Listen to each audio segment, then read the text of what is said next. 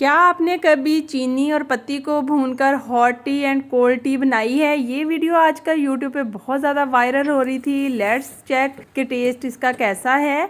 बिस्मिल्लाहिर्रहमानिर्रहीम, अस्सलाम वालेकुम। मैं हूँ सायरा। वेलकम है आपका सायरा के पकवान में। आज हम बनाएंगे hot and cold caramel T.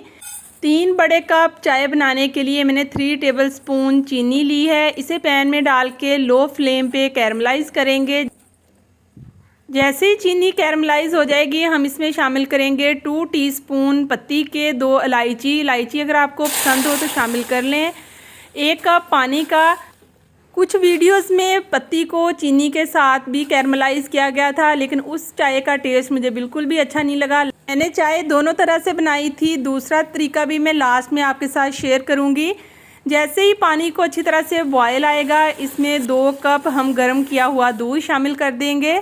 और अब नेक्स्ट प्रोसेस सेम वही है जैसे हम नॉर्मल चाय बनाते हैं। चाय को जैसे ही बॉयल आएगा हम इसको अच्छी तरीके से फेंटेंगे। ढाबा स्टाइल चाय में ये वाला स्टेप बहुत बार रिपीट होता है, जिससे चाय का टेस्ट क्रीमी सा आता है और बहुत ही मज़े का लगता है। आपको चीनी पसंद ना हो तो आप शक्कर को भी इस तरह कैरमलाइज़ कर सकते हैं।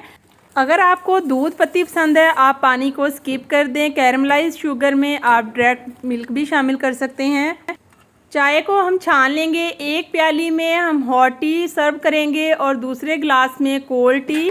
कोल्ड कॉफ़ी तो हमने सुना था, लेकिन कोल्ड टी वाली वीडियो मेरे लिए बहुत ही सरप्राइजिंग थी। इसमें मैंने शामिल किए 3 से 4 आइस क्यूब्स और इसका फ्लेवर आप यकीन करें बिल्कुल ऐसे था जैसे बचपन में हमारी अम्मियाँ हमें चाय में पानी डाल के दे देती थी, या जो बच्चे चाय की ज़िद करते थे, चाय को जल्दी ठंडा करने के लिए उसमें बर्फ़ या पानी डाल दिया जाता था।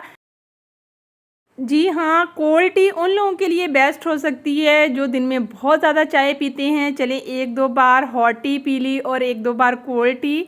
ये तो एक फ़न था, लेकिन कैरमल हॉट टी का टेस्ट बहुत ही अच्छा था। उसमें चीनी को हमने कैरमलाइज़ किया था, उसकी एक बहुत ही प्यारी सूनी सूनी सी खुशबू थी। उस चाय को आप ट्राई कर सकते हैं। और ये दूसरा मेथड था जिसमें चीनी और पत्ती दोनों को कैरमलाइज़ किया गया था। ये मेथड मुझे बिल्कुल भी अच्छा नहीं लगा, क्योंकि पत्ती जब चीनी के साथ कैरमलाइज़ होती है उसका एक अजीब सा फ्लेवर आ जाता है, जले हुए का, जैसे पत्ती को जलाया गया हो।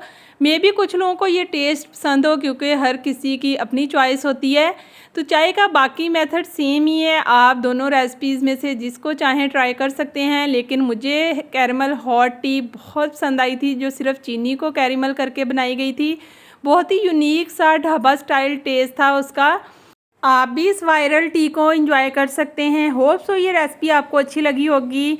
वीडियो को फ्रेंड्स फैमिली के साथ शेयर कीजिएगा। चैनल सायरा के पकवान पे नए हैं, चैनल को सब्सक्राइब कर दें। Take care.